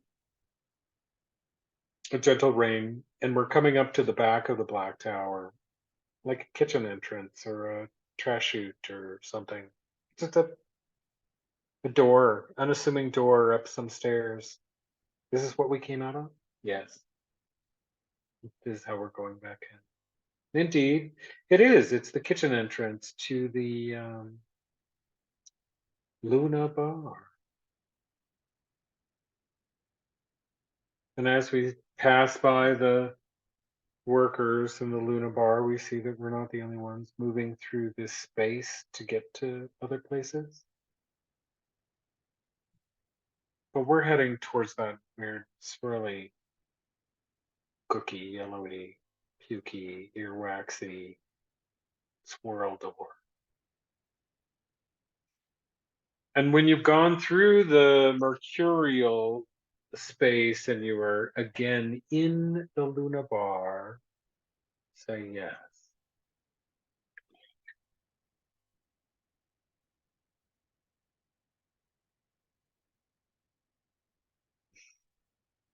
There's laughter, there's friendship, there, there are gods, there are humans, there are demons, there's you. A little part of you now, somehow completely different. There's Lilith.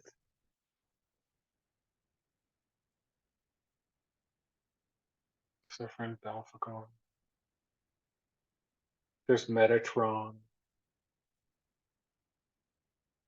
the bartender serving everyone.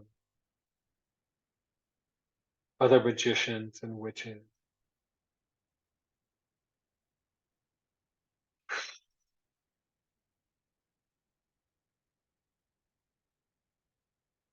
Thank and say goodbye to Corin's.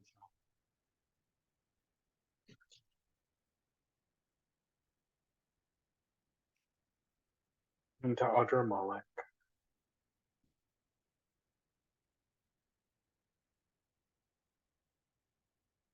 And when you're on the red carpet again and you're headed back to the speed elevators,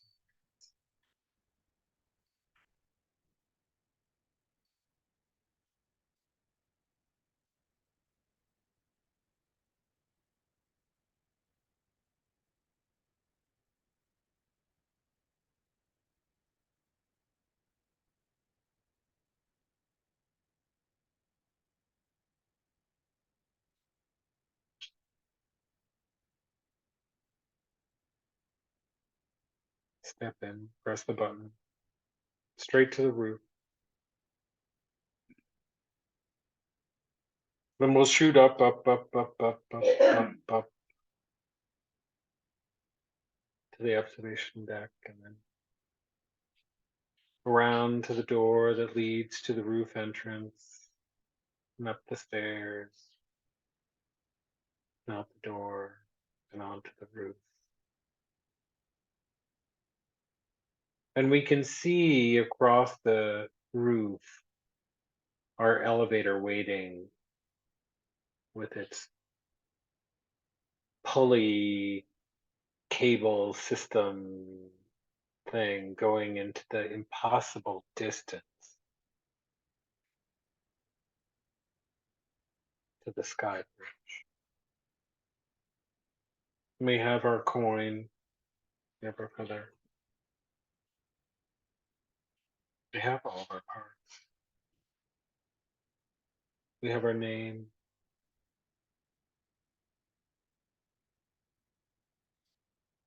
We step inside the elevator and we can review all of the things that we saw and learned.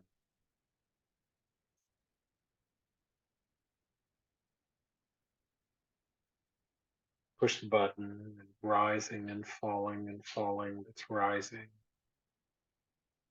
And seeing the ocean of souls in the impossible distance, swirling in a half light of day off, and the black tower shrinking underneath us and somehow above us.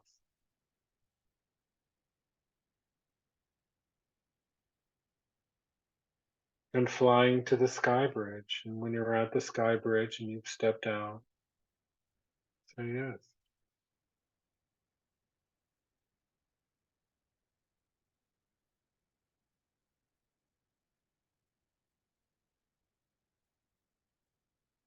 And we're going to lock it like we always do.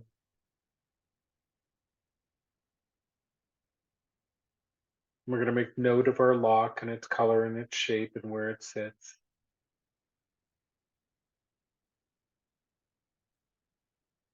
And look down the beautiful bridge, one direction,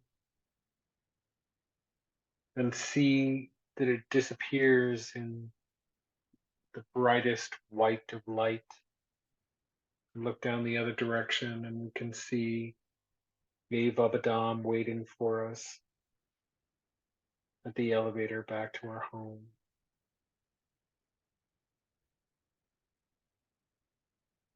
Walk the bridge.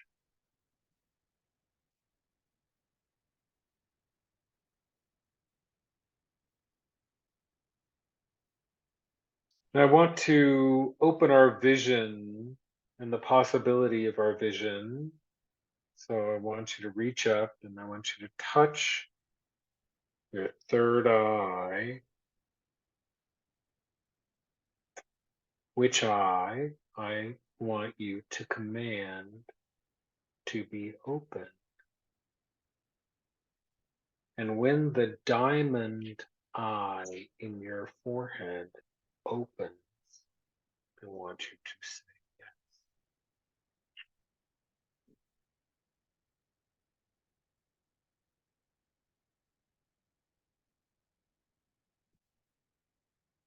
yes. As that eye opens, first there are shapes and then there are certainties. You have never been alone on this bridge.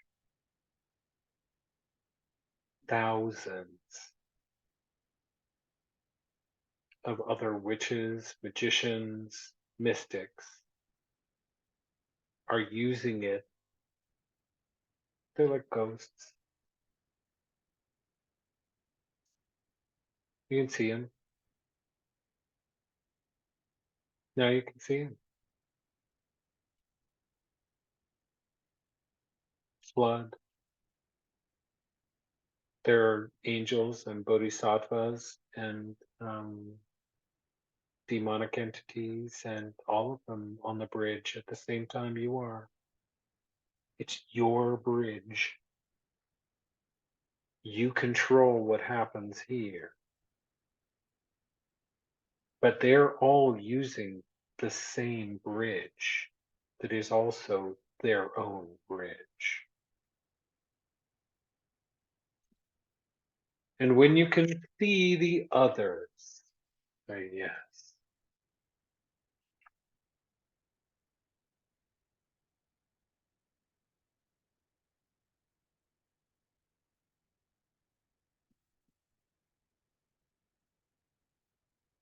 As you come back to your elevator and the Abadam, thank Abadam for their help. Press the button, come back to your home.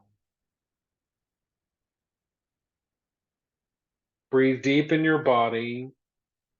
Ah, make a noise in your chest on your exhale.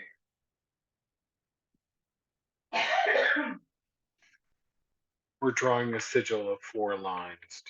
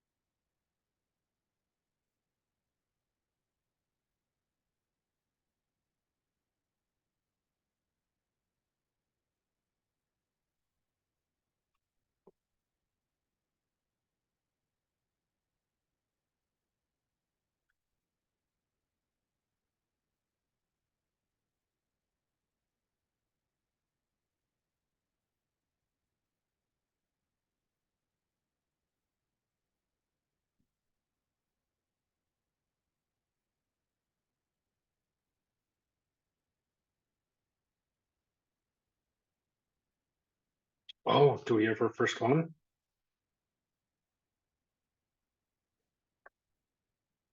Let's see, let me share. And it's in the it's in the chat, so we should all be able to see it. Yeah. See, I'm like pick it up what you're putting down when it's done. Um,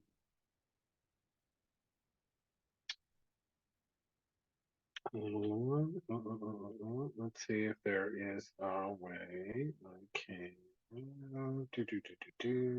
go to the no, not that bag.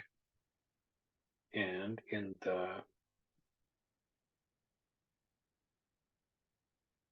yes, nope, that's participants. Closed. There should be a chat portion. Chat portion. Yep. And I should be able to. Yep.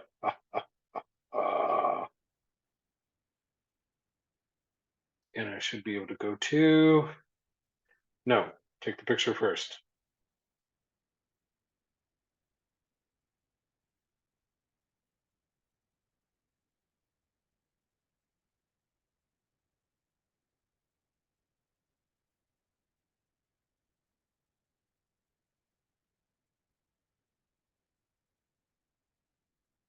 I should see it pop in. Yep, there it is.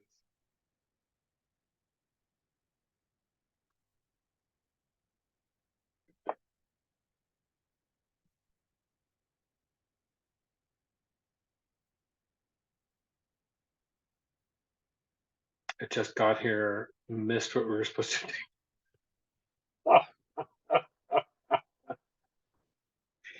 Well, Mrs. Adams, hi. I'm Shen Tat. I'm the professor. You arrived at the end of after class, actually, and that's okay. And you can watch the YouTube when it posts for this class, and um, yeah, like that. We're kind of finalizing our stuff and sharing our results with our sigil now. So the images you see in the chat are those of the sigils that were created tonight by the other participants. I'm sorry I missed you.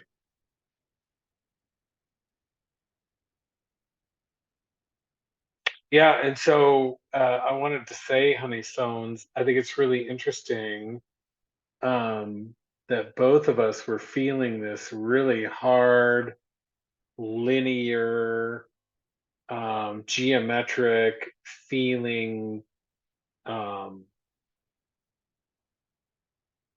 yours almost looks like a satellite. It's really beautiful.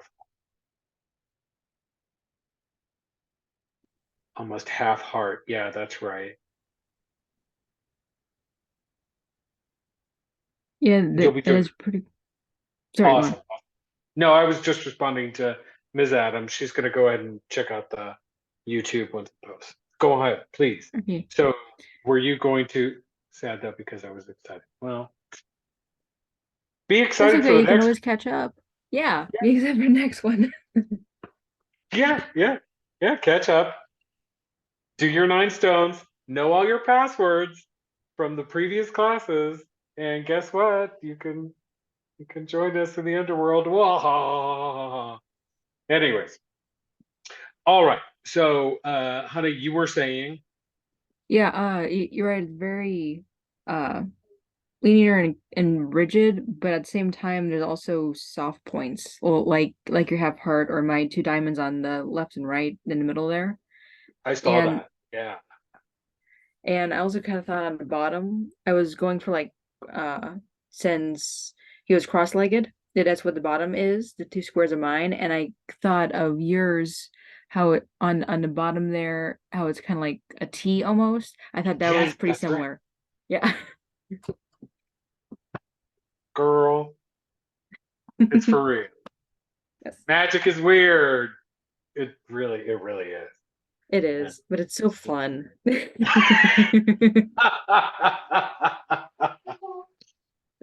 Well, good. I'm glad. Yeah, it's funny. I was reading this awesome interview with she went by the name of V Dub. Valerie Burton was her name. And she was the head of coven called Dust Bunnies. And they were Oh, that's adorable. yeah, children. They were a reclaiming group, and the now kind of infamous in sort of the magical communities, and wrote